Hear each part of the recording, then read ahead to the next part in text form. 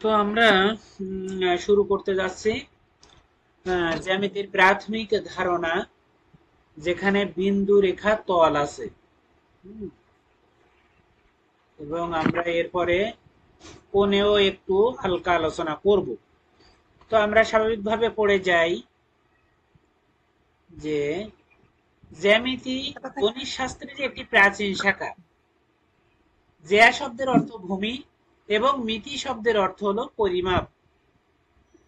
অর্থাৎ জ্যামিতি শব্দের অর্থ হলো ভূমির পরিমাপ বা একে স্থান বিষয়ক বিজ্ঞান বলে।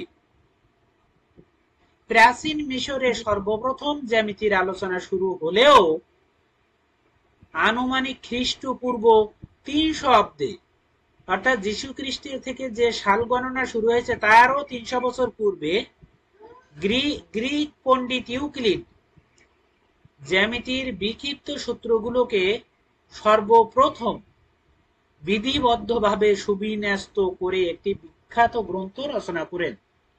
অর্থাৎ এই 300 বছর ও সেই যীশু খ্রিস্টের সালের 300 বছর পূর্বে আমাদের এই জ্যামিতি কিছু সূত্র, বেশ কিছু সূত্র ছিল বিধিবদ্ধভাবে, যেগুলো এলোমেলো ভাবে ছিল, কিন্তু তিনি সজ্জিত করেছেন এবং বেশ কিছু সূত্র আবিষ্কারও করেছেন।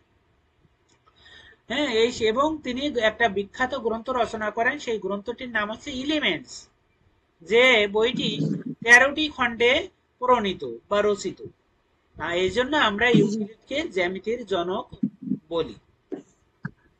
তাহলে এখানে আমরা আর কিছু তথ্য একটু লক্ষ্য করি যে জ্যামিতি গণিত শাস্ত্রে একটি প্রাচীন শাখা। 2, জ্যামিতি শব্দের অর্থ হলো ভূমির পরিমাপ। 3, জ্যামিতি হলো একটি স্থান বিষয়ক বিজ্ঞান। 4, সর্বপ্রথম মিশরে জ্যামিতির আলোচনা শুরু হয়। 5, গ্রিক পণ্ডিত ইউক্লিডের বিখ্যাত গ্রন্থের নাম এলিমেন্টস। 6, এলিমেন্ট ছিল 13টি খণ্ডে প্রণীত। 7, ইউক্লিডকে জ্যামিতির জনক বলা হয়। এই আমি বললাম, এবার আপনি একটু বলে যান বিভিন্ন সালে প্রশ্নগুলো আপনি পড়বেন এবং বলবেন। জি, জ্যামিতি কোন বিষয়ক বিজ্ঞান? স্থান। ইউক্লিডের মহাগ্রন্থ এলিমেন্টস কয়টি খণ্ডে? 13টি খণ্ডে। জ্যামিতির জনক বলা হয় ইউক্লিড। জ্যামিতি বা জিওমেট্রি শব্দের অর্থ ভূমির পরিমাপ। জিওমেট্রি শব্দ কোন ভাষা থেকে আগত? গ্রিক। আরেকটা আছে না? শব্দটির অর্থ ভূমি। আচ্ছা। 7, মার্টিন শব্দটির অর্থ পরিমাপ। পরিমাপ। প্রাচীন কোন সভ্যতার ব্যবহারিক কাজে জ্যামিতির চর্চার সমান পাওয়া যায়? মিশরীয়। মিশরীয়। প্রথম জ্যামিতিক প্রমাণের কৃতিত্ব দেওয়া হয় কাকে? ইউক্লিড। ইউক্লিড। আচ্ছা, ওই আমরা ওই পাশটার একটু নামান বলি। নামাচ্ছি নামাচ্ছি একটু wait। হ্যাঁ, এই যে নামিয়ে দিচ্ছি। হ্যাঁ, তো ব্যাস দ্বারা বৃত্ত সমদ্বিখণ্ডিত হয়, এই যুক্তি দেন কে? এটা পিথা থেলিস দিয়েছেন, এটা আপনাকে জানানো হয়নি, এটা থেলিস দিয়েছেন। থেলিস। হ্যাঁ, থেলিস। থেলিস। এলিমেন্টস রচিত হয় কোন অব্দে? খ্রিস্টপূর্ব 300 অব্দে। এলিমেন্টস গ্রন্থটি কে রচনা করেন? ইউক্লিড। Very good. তাহলে আমরা একটা ধাপ অতিক্রম করলাম প্রাথমিক আলোচনাটা। এবার আমরা বিন্দু, রেখা এবং তল।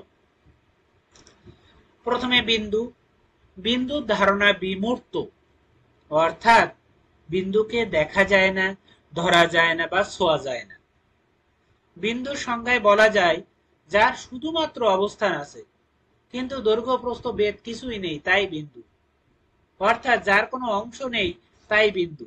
ওই যে প্রথমে বলে দিছি যে বিন্দুর ধারণা বিমূর্ত, আসলে এটা একটা কাল্পনিক। কেন কাল্পনিক বলি? কাল্পনিক আবার আছে, ধরি কাল্পনিক, এক অর্থে কাল্পনিক, আরেক অর্থে আছে। মানে এটা অ্যাকচুয়ালি এত সূক্ষ্ম, এত সূক্ষ্ম যে এটা এর দৈর্ঘ্য প্রস্থ নাই। হ্যাঁ, আবার আমরা বলি যদি দৈর্ঘ্য প্রস্থ না থাকে, যদি অবস্থান থাকে, তাহলে তার কেন দৈর্ঘ্য প্রস্থ নাই? তাহলে এই জন্য বলা হয়েছে এটা খুবই সূক্ষ্ম, এটা কাল্পনিক, যা চোখে দেখা যায় না। এই জন্য একে আমরা বলেছি যে শুধুমাত্র একটা অবস্থান আছে, কিন্তু এর দৈর্ঘ্য নেই। যে দৈর্ঘ্য থাকলে কি সে জিনিসটা লম্বা হবে, প্রস্থ থাকলে কি সে জিনিসটা আড়েও চড়া হবে, বেদ থাকা মানে কি তার পুরুত্ব হবে। কিন্তু এগুলো নাই, তাই এটা জাস্ট কাল্পনিকের মতোই কল্পনা করে, খুবই সূক্ষ্ম। এটাই হলো বিন্দু, জাস্ট এটা ধরে নেওয়ার জন্য। আচ্ছা, বিন্দুর বৈশিষ্ট্য কি? জ্যামিতিক বিন্দুর কোনো মাত্রা নেই, মানে যার দৈর্ঘ্য প্রস্থ নেই তার মাত্রা থাকবে কি করে? মাত্রা মানে কি? একক। একক মানে কি? ওই যে metre, kilometre, centimetre, foot, pound, second, এইগুলোকে বলে মাত্রা। হ্যাঁ, তাহলে আমাদের বিন্দুর কোনো যেহেতু দূরত্ব নেই, প্রস্থ নেই, দৈর্ঘ্য নেই, তাহলে এর ফুট বা থাকবে কি করে, বা সেন্টিমিটার বা ইঞ্চি বা এসব কিছু নাই। আচ্ছা, জ্যামিতিক বিদ্যুৎ দৈর্ঘ্য প্রস্থ উচ্চতা নাই জেনেছি। দুইটি বিন্দুর মধ্য দিয়ে একটি এবং কেবল একটি সরলরেখা আঁকা যায়, তাও জেনেছি। মানে আমরা কি জানি, দুটি বিন্দু থাকলে কি সেখানে একটা সরলরেখা আঁকা যায় না দুইটা বিন্দু দিয়ে? জি। আচ্ছা, 4 নম্বর, যে সব বিন্দু একই সরলরেখায় অবস্থান করে তাদেরকে সমরেখ বিন্দু বলে। এ- এই বিষয়টা দেখেন, মনে করেন এখানে একটা বিন্দু আছে, হ্যাঁ, তো সরি, এখানে একটা বিন্দু আছে, আবার এখানে একটা বিন্দু আছে, আবার এখানে একটা বিন্দু আছে। তাহলে এটা মনে করেন সরলরেখা বরাবর আছে, এই একেবারে, হ্যাঁ, এই যদি সরলরেখা বরাবর থেকে থাকে, তাহলে এই বিন্দুগুলোকে, এই যে আমরা তো এর ভিতরে যে বিন্দুগুলো আছে এই বিন্দুগুলোকে সমরেখ বিন্দু বলবে। যারা সরল রেখায় থাকে সেই বিন্দুগুলোকে আমরা সমরেখ বিন্দু বলবো। আচ্ছা, এরপরে সমরেখ বিন্দু গেল, এরপরে আসলো রেখা। রেখা কি বলছে? রেখায় এসে আবার আমরা বলছি যে শুধুমাত্র এর দৈর্ঘ্য আছে, অর্থাৎ প্রস্থ উচ্চতা নেই, অর্থাৎ শুধুমাত্র এটা রেখার মতো যার দৈর্ঘ্য আছে। তবে রেখার দৈর্ঘ্য, নির্দিষ্ট দৈর্ঘ্য নেই, কারণ এটি উভয় দিকে চলমান। রেখাটা কি উভয় দিকে চলমান থাকে, এই জন্য এর নির্দিষ্ট কোনো দৈর্ঘ্য নেই। দুই দিকেই চলমান। হ্যাঁ, মনে করেন এই একটা রেখা, তাহলে এ কি উভয় দিকে চলমান, এই যে উভয় দিকে চলমান, তাই এর কোনো নেই, প্রান্ত বিন্দুও নেই। প্রান্ত বিন্দু মানে কি? শেষ বিন্দু, মানে কাটা বিন্দু, কেটে নেওয়া হয়। কিন্তু এ উভয় দিকে চলমান, তাই রেখার কোনো প্রান্ত বিন্দু নেই, এই যে উভয় দিকে চলমান। আবার মনে করেন আমরা এই গেল আছে প্রান্ত বিন্দু, ওই রেখা, রেখা রেখা উভয় দিকে চলমান, রেখার কোনো প্রান্ত বিন্দু নেই। এরপরে আমরা চলে গেলাম, মনে করেন রশ্মি, একটা রশ্মির ছবি আমরা আঁকি। এই মনে করেন একটা রশ্মির ছবি আমরা আঁকলাম। এই রশ্মি কি এক মাথা আছে চলমান, এ আছে এক মাথা চলমান, আর এক মাথা এই যে এক মাথা কাটা। হ্যাঁ, এর এক মাথা একটা এক মাথা কাটা, তাই এর একটা প্রান্ত বিন্দু আছে আছে অর্থাৎ এক হাত কাটা এক হাত চলমান, তাই এর একটা প্রান্ত বিন্দু। আর ওর উভয় হাত চলমান, তাই কোনো প্রান্ত বিন্দু নেই, রেখার কোনো প্রান্ত বিন্দু নেই। রশ্মির, একে রশ্মি বলে, রশ্মির একটি প্রান্ত বিন্দু আছে। আর রেখাংশ, রেখাংশটা কি? রেখাংশটা আছে যে উভয় হাত কাটা, বা এই এই আছে উভয় হাত কাটা, বা আমরা এইটাকে বলি আমরা রেখা, রেখার দুটি প্রান্ত বিন্দু আছে। বা আমরা এভাবে বলতে পারি যে বিসি রেখাংশ হতে, এ বি রেখাংশ হতে বিসি অংশ কাটিয়ে লইলাম। অর্থাৎ মনে করেন এই এ এ আর আছে,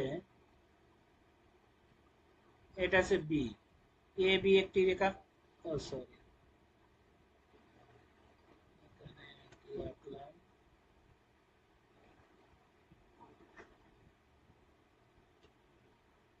আচ্ছা, এটা ঘুরপাক খায় না কেন?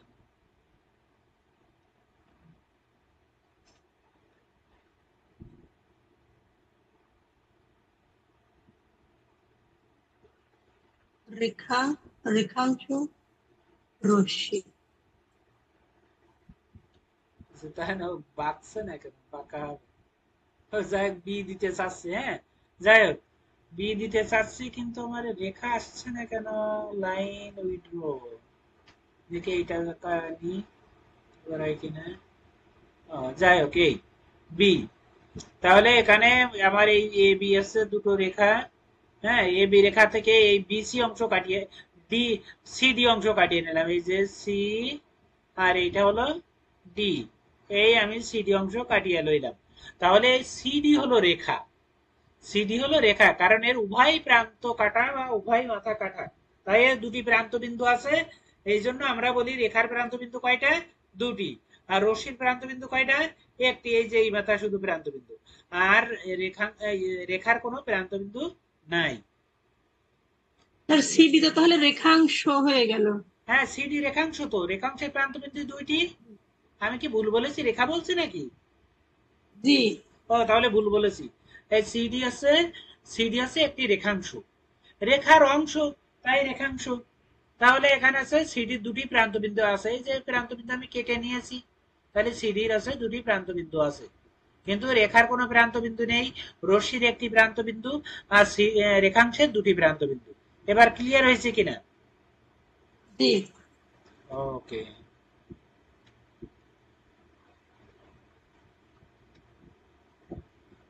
আচ্ছা, তাহলে আমরা এবার উপরের দিকে যাই, রেখার বৈশিষ্ট্যতে কি বলছে একটু জেনে নিই। যে চলন্ত বিন্দুর গতিপথকে আবার রেখা বলে। আবার বলছে প্রত্যেক রেখার অসংখ্য বিন্দু আছে। রেখার উপরে তো অসংখ্য বিন্দু হয়, প্রত্যেক রেখা অসংখ্য বিন্দু দ্বারা তৈরি হয়। ঠিক আছে, এই। আচ্ছা, রেখার কোনো প্রান্ত বিন্দু নেই, আমরা একটু আগে জেনেছি। রেখা আবার দুই প্রকার, একটা আছে সরল রেখা আর একটা আছে বাঁকা রেখা বা বক্র রেখা। সরল রেখা কাকে বলে, যদি দিক পরিবর্তন না করে চলার পথে, সেটাই সরল রেখা। আর যদি দিক পরিবর্তন করে তাহলে সেটা বক্ররেখা। এখানে কি বলছে, একটি বিন্দু থেকে অন্য একটি বিন্দুতে পৌঁছাতে যদি কোনো রেখার দিকের পরিবর্তন না হয় তবে তাকে সরলরেখা বলে। চিত্রে এ বি একটি সরলরেখা দেখানো হয়েছে। আচ্ছা, এরপর সরলরেখার বৈশিষ্ট্য কি, দুটি বিন্দুর মধ্যে সরলরেখার দূরত্বই ক্ষুদ্রতম। একটা মজার কথা, দেখেন, দুটি বিন্দুর মধ্যে সরলরেখার দূরত্বই ক্ষুদ্রতম। মনে করেন এখান থেকে আমি কুষ্টিয়া যাব, তা আমি কুষ্টিয়া কি রোড দিয়ে গেলে সোজা যেতে পারবো, বলেন? না স্যার, দিকের আমাকে কি, পরিবর্তন তো হবেই। হ্যাঁ, আমাকে বক্ররেখার মতো বেঁকে বেঁকে যেতে হবে না, এঁকে বেঁকে। কিন্তু জি। আমি যদি প্লেনে যাই, আমি যদি টার্গেট করি যে একেবারে আপনার বাসায় যে নামবো, আমি যদি হেলিকপ্টারে যাই, তাহলে আমি যদি একেবারে কি সরলরেখা বরাবর যেতে পারবো না? জি। তাহলে দূরত্ব কোনটা বেশি, বলেন? বক্ররেখার দূরত্ব বেশি হবে। হ্যাঁ, বক্ররেখার দূরত্ব বেশি। তাহলে এই কথাটা ঠিক আছে না, যে দুটি বিন্দুর মধ্যে সরলরেখার দূরত্বই ক্ষুদ্রতম? জি। আচ্ছা, 2 নম্বর, একই সমতলে দুটি সরলরেখা একটি এবং কেবল একটি বিন্দুতে পরস্পরকে ছেদ করে। এখানে কথাটা কি বলছে, একই সমতলে দুটি সরলরেখা একটি এবং কেবল একটি বিন্দুতে পরস্পরকে ছেদ করে, সে তো অবশ্যই দুটি সরলরেখা একটি বিন্দুতে ছেদ করবে। এই কথাটা আপনি হয়তো বুঝেছেন কিনা আর একটু আমি একটু হিন্টস দিয়ে দিই। মনে করেন এই একটা বক্ররেখা, এখানে এই যে এই বক্ররেখা, এই, আমি কি কালার নিলাম, কালারটা চকচকে না কেন? কেবলমাত্র একটি বিন্দুতে পরস্পর। লাল। হ্যাঁ, তাহলে এখানে বুঝছি স্যার। সরলরেখা। কালারটা চেঞ্জ করে ফেলছি কোনোভাবে। করে একটা সরলরেখা। আচ্ছা, দেখা যাক, আরো সেকেন্ড। যাই হোক, আমি যেটা বলতে চাচ্ছি সেটা আছে, মনে করেন এই একটা সরল রেখা, আর আমি যদি একটা সরলরেখা, এখানে কি বলছে যে একই সমতলে দুটি সরলরেখা। ও, তাহলে এই একটা সমতল, এই সমতলে আমি কি করলাম, এই দুটি রেখা পরস্পর একবারে বেশি কি কখনো ছেদ করবে দুটি সরলরেখা, বলেন? তাই বলতে চাচ্ছি। কখনোই আপনি দুটি সরলরেখা কি একবারে বেশি ছেদ করা যাবে, তাই বলছি। যাবে না স্যার। যাবে না, কিন্তু বক্ররেখায় একাধিকবার ছেদ করতে পারে, এই মনে করেন। তাহলে এই বক্ররেখায় একটা সরলরেখাকে একাধিকবার ছেদ করতে পারে, এই যে এই এই বাকি বেঁকি বেঁকি বেঁকে বেঁকে সে জি। একাধিকবার ছেদ করতে পারে, এটাই বুঝাইছি, বুঝতে পেরেছেন? জি, বুঝতে পারছি। ওকে, তাহলে আর দরকার নেই, এসব বেশি ইম্পর্টেন্ট না, আমরা এগিয়ে যাই। তারপরে বিষয়টা আমার ক্লিয়ার হোক আপনার থেকে, এইটাই চাচ্ছি। আচ্ছা, বক্ররেখা যেখানে বলছে একটি বিন্দু থেকে অন্য একটি বিন্দুতে পৌঁছাতে যদি রেখার দিকের পরিবর্তন করে তবে সেটা বক্ররেখা। এবার রশ্মি, রশ্মি তো আগেই বলেছি যে রশ্মি একদিকে একটি প্রান্ত বিন্দু থাকে এবং কিন্তু অন্যদিকে অসীম চলমান। সহজে বোঝার জন্য জি। বলতে পারি রশ্মির এক হাত কাটা কিন্তু অপর হাত অসীম চলমান। আচ্ছা, রশ্মির বৈশিষ্ট্য কি, রশ্মির নির্দিষ্ট দৈর্ঘ্য নেই, কারণ ও তো একদিকে চলমানই থাকে, ওর চলার কোনো শেষ নেই, তাহলে দৈর্ঘ্য নির্দিষ্ট না। আচ্ছা, রশ্মির একটি মাত্র প্রান্ত বিন্দু থেকে, আমরা আগেই বলেছি, একটি বিন্দু থেকে অসংখ্য রশ্মি আঁকা যায়। অবশ্যই অবশ্যই যায়। সেটা কি আপনাকে আমি যদি দেখাই, মনে করেন একটি বিন্দু, অসংখ্য রশ্মি আঁকা যায়, জি। হ্যাঁ, এটা আর দেখানোর দরকার নেই। তাহলে এই একটা বিন্দু, এখান থেকে অসংখ্য রশ্মি আঁকা যাবে, এই একটা বিন্দু থেকে অসংখ্য রশ্মি আঁকা যাবে এইরকম। আচ্ছা, রশ্মির একটি মাত্র প্রান্ত বিন্দু থেকে অসংখ্য রশ্মি আঁকা যায়। এবার রেখাংশ, এটাও পড়াইছি যে রেখাংশ, রেখা হতে কোনো অংশ কেটে নেওয়া হলে তাই হলো রেখাংশ। এর দৈর্ঘ্য নির্দিষ্ট, একমাত্র রেখার দৈর্ঘ্য নির্দিষ্ট।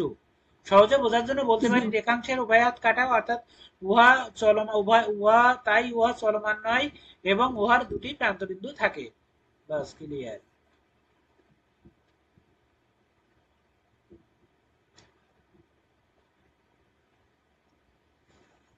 তো আমরা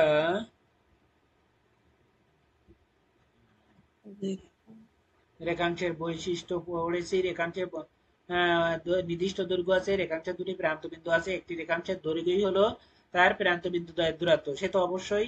আচ্ছা, তল, যে বিভিন্ন বস্তুর পিঠ বা উপরিভাগকে তল বলে, যার কেবল দৈর্ঘ্য ও প্রস্থ আছে কিন্তু উচ্চতা নেই, তাই হলো তল।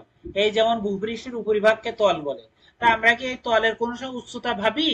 ভাবি না। এটা উপরি অংশ, অর্থাৎ দৈর্ঘ্য ধরি আর প্রস্থ ধরি। কোন জায়গায় মাপতে, আমরা জমি জমা মাপতে শুধুমাত্র কি ধরি, যে দৈর্ঘ্য কত আর প্রস্থ কত, আর এটাই হলো ভূপৃষ্ঠের তল বা উপরিভাগ। আচ্ছা, তলের বৈশিষ্ট্য, সাধারণত অসংখ্য বিন্দুর সমাবেশে তলের সৃষ্টি হয়, সে তো অবশ্য। তলে হাজার কোটি কোটি বিন্দু রয়েছে, বিন্দুর দ্বারাই আস্তে আস্তে একটা তলের সৃষ্টি হয়। হ্যাঁ, আমরা যেমন আছে কি করি, সুতা দ্বারা আমরা কাপড় তৈরি করি, তাহলে সুতা দ্বারা কাপড় তৈরি করতে করতে, সুতা মানে কি, এখানে রেখা ধরতে পারি। হ্যাঁ, তাহলে একটা রেখা যদি অসংখ্য বিন্দু থাকে, তাহলে সুতায় কি অসংখ্য বিন্দু, সুতাতেও অসংখ্য বিন্দু বিন্দু থাকে। এবারে অসংখ্য বিন্দু, অসংখ্য সুতা দ্বারা আবার রেখা, এই তল তৈরি হয়। হ্যাঁ, তল দ্বারা কাপড়, কাপড় মানে কাপড়ের একটি তল, এইরকম আর কি। সমান্তরাল রেখা, তো এখানে এই কথাটা দরকার নেই, এটা যুক্তিহীন কথা, এটা আমার পছন্দ হলো, নটা বাদ। আচ্ছা, তলের মাত্রা দুইটি, অর্থাৎ দৈর্ঘ্য এবং প্রস্থ। হুম। আচ্ছা, এরপরে বলছে যে সমান্তরাল রেখা, একই সমতলে অবস্থিত দুটি সরলরেখায় একে অপরকে ছেদ না করলে তাদেরকে সমান্তরাল সরলরেখা বলে। তাহলে সমান্তরাল রেখা তখনই হয়, দুটি রেখা ছাড়া আমরা কোনো সময় সমান্তরাল রেখা বলতে পারি না। হ্যাঁ, বিষয়টা হ্যাঁ, আপনি বুঝছি কখনো, স্যার। হ্যাঁ, আপনি কখনো একটা রেখাকে কিন্তু সমান্তরাল সরলরেখা বলতে পারবেন না। না, হ্যাঁ, সবসময় দুটি হওয়া লাগবে, এই জন্য সমান্তরাল রেখা না বলে রেখা দ্বয় বলা বেশি বেটার। আমি তাই লিখেছি জি, অন্তত আজকে থেকে।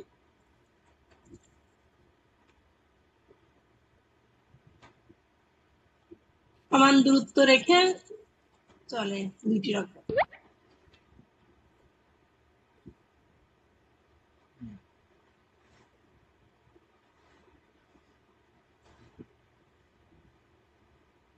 আচ্ছা, এরপরে দ্বিতীয় লাইনে আছে স্যার, সরল রেখা দ্বয় বলে। আমার সেই ই তো সরে গেছে, এই যে এখানে।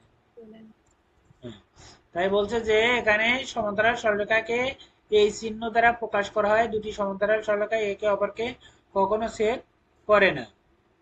করে না। হুম, ঠিক আছে। এরপরে আমরা চলে যাব সরলরেখার বৈশিষ্ট্য।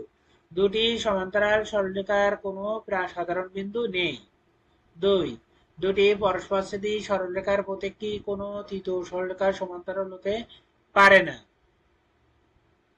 হ্যাঁ, দুটি পরস্পরচ্ছেদী সরলরেখার প্রত্যেকটি, দুটি পরস্পরচ্ছেদী সরলরেখার সরলরেখার প্রত্যেকটি কোনো তৃতীয় সরলরেখার সমান্তরাল হতে পারে না।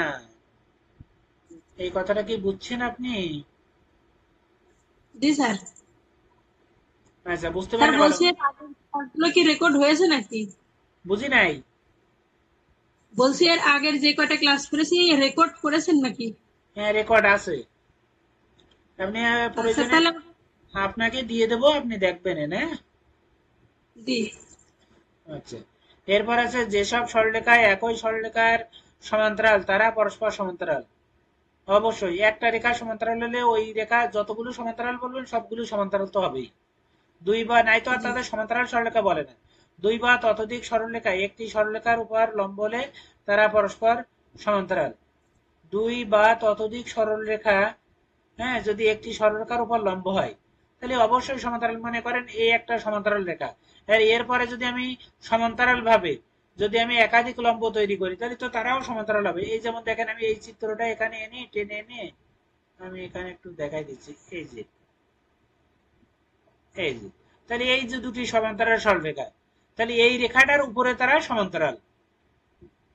তাই বলছে যে যেসব সরলরেখায় একই সরলরেখার সমান্তরাল তারা পরস্পর সমান্তরাল, বা দুই বা ততোধিক সরলরেখায় একটি সরলরেখার উপর লম্ব হলেও তারা সমান্তরাল, এটাই বোঝানো হয়েছে। আচ্ছা, এরপরে জি এসব বেশি ইম্পর্টেন্ট না, এটা শুধু বোঝার বিষয় তাই। আচ্ছা, তাহলে আমরা এখানে তবে ইউক্লিডের শিকার যে কি বলছে, যে যার কোনো অংশ নেই তাই বিন্দু, যার কেবল দৈর্ঘ্য আছে কিন্তু প্রস্থ উচ্চতা নেই তাই রেখা, যার কেবল দৈর্ঘ্য প্রস্থ আছে তাই হলো তল। আচ্ছা, এরপরে আমরা চলে গেলাম এই প্রান্তবিন্দু নির্ণয় ছক। তো আর বলা লাগবে না, ওটা একটা ম্যাজিকের মতো জিনিস দেওয়া, আমি আপনাকে হোয়াটসঅ্যাপে দিয়ে দেবো, যদি কখনো মনে হয় যে একটু দেখি তা দেখবেন। আচ্ছা, এবার আপনার আবার পরীক্ষা, পড়ে যান এক দাগ থেকে। দুটি সমান্তরাল রেখা কয়টি বিন্দুতে ছেদ করে? দুটি সমান্তরাল রেখা কয়টি বিন্দুতে ছেদ করে?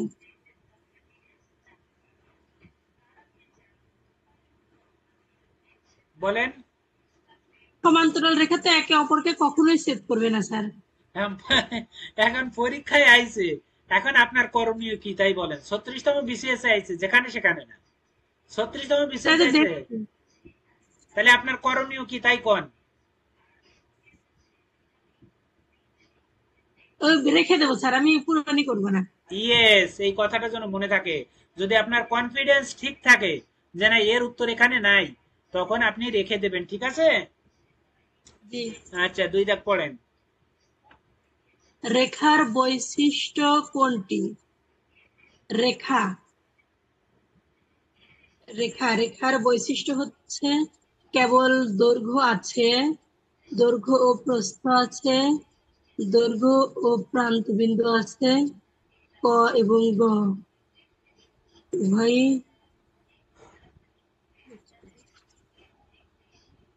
রেখা ওইদিকে চলে গেল।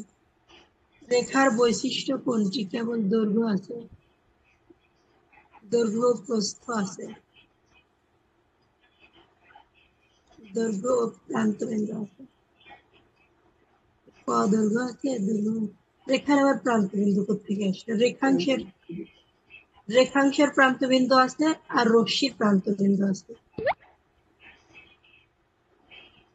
রেখার নির্দিষ্ট দৈর্ঘ্য তো নাই, দুই দিকেই চলমান।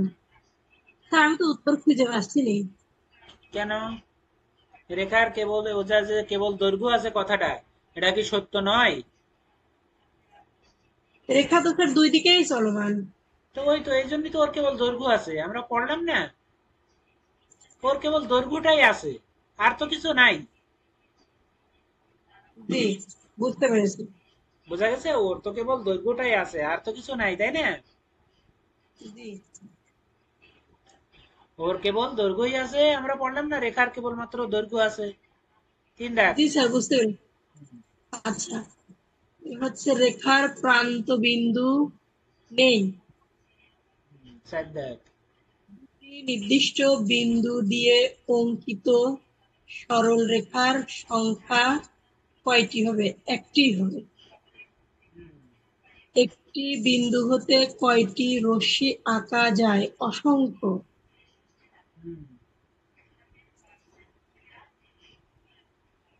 আচ্ছা, স্যার তুলবেন না, পাশেরটা পড়বো। হ্যাঁ হ্যাঁ, ছয়। বিন্দু কত মাত্রিক? হ্যাঁ, পড়েন। বিন্দু কত বিন্দু তো মাত্রিক? একটা বিমূর্ত ধারণা। শূন্য স্যার। Very good. কারণ বিন্দুর কোনো মাত্রা নেই, ওর তো দৈর্ঘ্য প্রস্থ নেই, তা মাত্রা হবে কি করে। জি, আর তলের মাত্রা হচ্ছে দুইটি, দৈর্ঘ্য হ্যাঁ, ও প্রস্থ। আর দেখ। আর যে দুটি মাত্রা দ্বারা তল সৃষ্টি হয় সেগুলোর নাম দৈর্ঘ্য এবং প্রস্থ। এ বি রেখাংশের উপর পি একটি বিন্দু হলে কোন সম্পর্কটি সবসময় প্রযোজ্য? এ বি রেখাংশ, এ বি রেখাংশের উপর পি একটি বিন্দু, পি একটি বিন্দু, পি একটি বিন্দু হলে কোন সম্পর্কটি সবসময় প্রযোজ্য? এ বি, এ বি সমান সমান বিপি। আপনি একটু আঁকেন তো হতেই পারে। খাতায়, না পারলে খাতায় আঁকেন। হ্যাঁ, এঁকেছি এঁকেছি এঁকেছি। তাহলে এ বি সমান সমান বিপি হতে পারে, আবার এ বি গ্রেটার দেন এপি এটাও তো হতে পারে। তাহলে এ বি বৃহত্তর এপি, এপি প্লাস বিপি, না এটা হতে পারে না। সবসময় বলে সম্পর্কটি সবসময় প্রযোজ্য, গত উত্তর হবেই না। আচ্ছা, গত উত্তর হবে না। এপি এটা হচ্ছে এটার বিপরীত। তার যে উত্তর কি তাহলে ক? কেন ক কেন? কারণ A B equal to P B আমার সমান হবে এমন তো কোনো কথা নেই। পি তো আমি এক না না, সাইড সরাই দিতে পারি। এবি না, সরি স্যার সরি, হ্যাঁ, ওইটা তো হচ্ছে না, না আমার বুঝতে ভুলেছে, ওইটা তো হচ্ছে না। এ বি আর ওটা হচ্ছে PB, A B R PB তো সমান না, ঠিক আছে, সরি এটা হবে সমান না। তো নাও হতে পারে, আমি তো ইচ্ছা মতো দিতে পারি না, পি এটা একটি হবে বিন্দু। না। আচ্ছা, জি, কিন্তু এইটা দুই ভাগ হবে না। দেখেন, তো খ না, দেখেন, খ আচ্ছা, খ তো এ বিশ তো সবচেয়ে বড়, তাই না? হ্যাঁ হ্যাঁ, এ বি হচ্ছে রেখাংশ আর পি হচ্ছে একটি বিন্দু, পি এর বিন্দু, উপরে তাহলে একটি বিন্দু। এ পি তো অবশ্যই কম হবে, যেহেতু ওর উপরে একটা হ্যাঁ বিন্দু। তাহলে এ পি অবশ্যই কম হবে আর এ বি সবসময় বড় হবে। হ্যাঁ, এই যে sir, A B, A B হচ্ছে কি স্যার, খ, অপশন খ স্যার। হ্যাঁ, খ হবে। আচ্ছা, দয় দেব। এটা হচ্ছে এ বি, আর এটা হচ্ছে P, P, A B, A B এটা গ্রেটার থেকে এটা দেন এ বড়। পি। জি, এ পি থেকে এ বি অবশ্যই বড়। আমি একে দেখাবো একটু, আমি তো একে দিলেই। বুঝতে পেরেছি, আপনাকে দেখাতে পারতেছি না তাই কিভাবে দেখাবো? আচ্ছা, আমি দেখাচ্ছি একটু। মনে করেন আচ্ছা, তারপরে দেখান স্যার, আমি মিলিয়ে নিই। এ একটা রেখা, তাহলে এখানে এ হ্যাঁ আর আছে, আর এখানে হলো বি, এই মাথাতে আছে বি। এখন প্রশ্ন করছে যে এরপরে পি একটি বিন্দু, তাহলে আমরা মনে করলাম হ্যাঁ, এখানে পি একটা বিন্দু আছে। এখন এ প্রশ্ন বি, রয়েছে এ বি তো সবচেয়ে বড় হবে, তাহলে এ বি আমার সবচেয়ে বড়, এ বি আমার সবচেয়ে বড়। তাহলে সবচেয়ে বড় দিলাম আমি, সবচেয়ে বড় যাই আসুক না কেন। এবার বলছে কি এ পি, তাহলে এ পি মানে কি, এ পি তো ছোট হবে কারণ এই পিটা তো এ বির উপরে। আবার যদি পিবি বলতো তাও ছোট হতো, বা বিপি বলতো তাও ছোট হতো। মানে এইটা অলওয়েজ কারেক্ট, এই যে শর্তটা, এই এ পি হবে, দুটো সরি, দুইটাই হবে লিখতাম। এ পি হবে। তাহলে এই শর্তটা অলওয়েজ কারেক্ট, এপি। আর এইটা কেন কারেক্ট না, এ বি এক দাগ কেন কারেক্ট না? কারণ এটা তো এটা সমান না, এপি আর বিপি তো সমান নাও হতে পারে, এই জন্য। জি আর এটা কেন কারেক্ট না, A B greater than A P plus PB, অর্থাৎ এই দুটো যোগ করলেই তো এ বি হবে। এই জি দুটো এ পি আর পিবি যোগ করলেই তো এ বি হবে, তাহলে এখানে তো গ্রেটার দেন দেওয়া যাবে না, এখানে যদি গোয়া দাগে যদি সমান চিহ্ন থাকতো তাহলে আমার ভালো এটাও হতো। সঠিক ছিল। ঠিক আছে। জি আর এপি তো ছোট, এ তো বড় হতেই পারে না, এপি গ্রেটার দেন পিবি, এটা কোনটা বড় হবে কেউ বলতে পারে না, কারণ আমার যে কোনো একটা বিন্দু বলিছে। জি 10, দুটি লাইন একে অন্যের থেকে 2 মিটার দূরে সমান্তরাল ভাবে চলে যাচ্ছে, তারা একে অন্যের সাথে মিলিত হবে কত মিটার দূরে? কোনোদিনই মিলিত হবে না স্যার। Very good.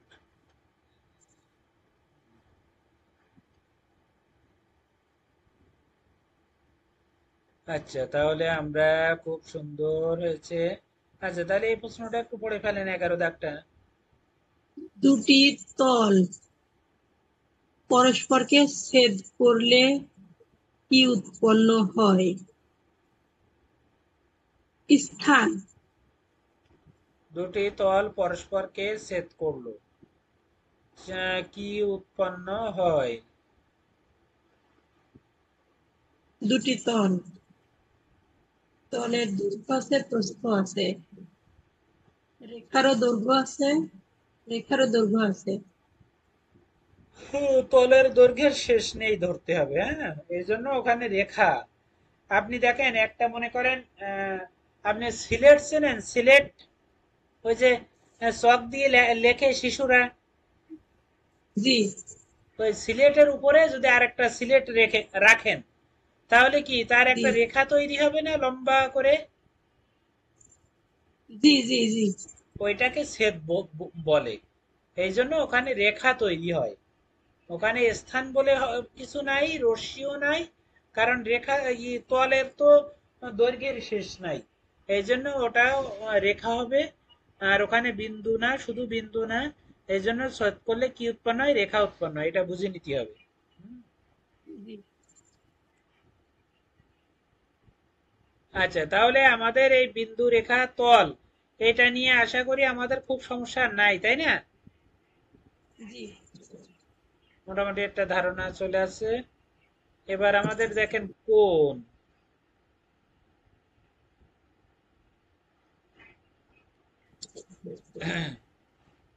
কোণ দেখেন, আমরা একটু কোণে যাই।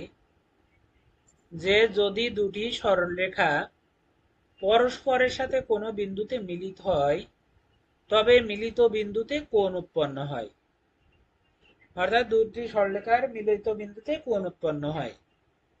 কোণকে প্রকাশ করতে সবসময় শীর্ষবিন্দু মাঝখানে লিখতে হয়। আমরা কি লিখি? এই যে কোণ আমি লিখেছি, কোণ এ বি সি একটি কোণ। তাহলে এই বি কোণ না, এটাকে আমি বি কোণও বলতে পারি, আবার এবিসি কোণ বলতে পারি। তাহলে কোণ কি? মূলত বি কে মাঝখানে রেখেই কিন্তু আমি এবিসি কোণ বলেছি। এবিসি কোণ বলার অর্থ হলো এ কোণ না, বা সি কোণ না, এর অর্থ হলো বি কোণ, অর্থাৎ যাকে মাঝে রাখি বিন্দুটা তাকেই কোণ। আমরা কোণ বলি। তাই সেটাই এখানে বলেছে, যে কোণকে প্রকাশ করতে সবসময় শীর্ষবিন্দু মাঝখানে লিখতে হয়। ত্রিভুজ চতুর্ভুজ সহ সকল বহুভুজের, হ্যাঁ, ত্রিভুজ চতুর্ভুজ পঞ্চভুজ ষষ্ঠভুজ বা যে কোনো বহুভুজের বহিস্থ কোণগুলির সমষ্টি কিন্তু আমরা জানি 360 ডিগ্রি, কিন্তু অন্তস্থ জি কোণগুলোর সমষ্টি ভিন্ন ভিন্ন হতে পারে। কিন্তু যত প্রকার ত্রিভুজ চতুর্ভুজ পঞ্চভুজ ষষ্ঠভুজ যাই থাকুক না কেন, জি তাদের বহিস্থ কোণের সমষ্টি সর্বদা 360 ডিগ্রি। তাহলে একটা আউট প্রশ্ন যে কোনো সময় আসতে পারে, এবং এর মান হচ্ছে 360 ডিগ্রি। এখন আমরা কোণ নিয়ে একটি কবিতা পড়ি, যে পড়েন। দুটি রেখা মিলিত হলে তৈরি হয় কোণ, মিলিত বিন্দুকে শীর্ষবিন্দু বলে সর্বজন। 90 ডিগ্রি অপেক্ষা ছোট হলে সূক্ষ্ম কোণ হয়, 90 ডিগ্রি হতে বড় স্থূল কোণ মনে রেখো ভাই। সরল কোণ সমকোণের দ্বিগুণ বয়সী, একজন তাই 90 ডিগ্রি, অন্যজন 180। দুটি কোণ নিয়ে তৈরি হয় পূরক কোণের ঘর, অপর কোণটি পেতে করো 90 থেকে অন্তর। মানে পূরক কোণ চাইলে একটার মান দেওয়া থাকলে অপরটা পেতে গেলে 90 থেকে বিয়োগ করতে হয়, অন্তর মানে বিয়োগ। একইভাবে ওই সম্পূরক কোণও বলেছে, যে দুটি কোণের সমষ্টি 180 ডিগ্রি হলেই সম্পূরক, কাজের কথা করে যাবেন যেমন করেছে পূরক। অর্থাৎ পূরক কোণে যেমন চাইলেই আমরা একটা কোণ দেওয়া থাকলে অপরটা পেতে 90 থেকে বিয়োগ করি, তদ্রূপ সম্পূরক কোণের একটার মান দেওয়া থাকলে অপরটা পেতে আমরা 180 ডিগ্রি থেকে বিয়োগ করব। আচ্ছা, পরে জি প্রশ্ন কি বলছে? দুটি রেখার ছেদ হতেই বিপরীত কোণের জন্ম, বিপরীত কোণ পরস্পর সমান এই গুণে তারা ধন্য। সবাই প্রবৃদ্ধ 180 থেকে বড়, 360 থেকে ছোট যারা, পাঠকের মনে দিতে চাই শুধু একটু আনন্দ ধারা। তাহলে আমরা এখান থেকেই কোণের প্রায় সকল সংজ্ঞা জেনে গেলাম। এখন আমাদের এখানে একটু বিস্তারিত জেনে যাই। যে প্রথমে বলছে সূক্ষ্ম কোণ অর্থাৎ অ্যাকুয়েট অ্যাঙ্গেল। বলছে এক সমকোণ বা 90 ডিগ্রি থেকে ছোট কোণকে সূক্ষ্ম কোণ বলে। এই চিত্রে দেওয়া আছে দুটি সূক্ষ্ম কোণ। হ্যাঁ, একটা সূক্ষ্ম কোণ আর একটা সূক্ষ্মকোণী ত্রিভুজ। এখানে বলছে চিত্রে এবিসি একটি সূক্ষ্মকোণ ও এবিসি একটি সূক্ষ্মকোণী ত্রিভুজ। একটা কোণ একটা ত্রিভুজ। সূক্ষ্মকোণী ও সমবাহু ত্রিভুজে 3টি করে সূক্ষ্মকোণ থাকে। খুব গুরুত্বপূর্ণ একটা প্রশ্ন। সূক্ষ্মকোণী ত্রিভুজে কিন্তু 3টি কোণই সূক্ষ্মকোণ। কারণ কি? কারণ সূক্ষ্মকোণী ত্রিভুজ এই সরি হ্যাঁ, সূক্ষ্মকোণ নাম হয়েছে এই জন্যই যে 3টি কোণই সূক্ষ্মকোণ, তাই নাম হয়েছে সূক্ষ্মকোণী ত্রিভুজ। আবার সমবাহু ত্রিভুজে আমরা দেখলাম যে 3টি বাহু সমান, এজন্য সেখানে 3টি কোণও সমান। কারণ যে কয়টা বাহু সমান হবে জেনে রাখবেন সব সময় সেই কয়টা কোণ সমান। সমান হবে। তো আমাদের আর 1 মিনিট আছে, আবার কেটে গেলে আমি আবার লাইন দিব। তো এখানে বলছে যে সূক্ষ্মকোণী ত্রিভুজের কথা বলছিলাম যে 3টি সমবাহু ত্রিভুজই এজন্য 60 ডিগ্রি করে বলে আমাদের এই 3টা কোণকেও আমরা সূক্ষ্মকোণ বলি। এই জন্য বলেছি যে সূক্ষ্মকোণী ত্রিভুজ আর সমবাহু ত্রিভুজে 3টি করে সূক্ষ্মকোণ থাকে। পক্ষান্তরে আমরা স্থূলকোণী ত্রিভুজে হ্যাঁ ও সমকোণী ত্রিভুজে, স্থূলকোণ আর সমকোণ এই দুটো ত্রিভুজে আবার কিন্তু 2টি করে সূক্ষ্মকোণ থাকে। আর জি, স্থূলকোণী ত্রিভুজে একটি থাকে স্থূলকোণ অর্থাৎ 90 থেকে বড়, আর সমকোণী ত্রিভুজে একাত একটা 90 ডিগ্রি থাকে। হ্যাঁ, এই জন্য ওই দুটো কোণে আবার 2টি করে সূক্ষ্মকোণ থাকে। আচ্ছা, তাহলে বিষয়টা ক্লিয়ার ক্লিয়ার হয়েছে কি না ম্যাডাম?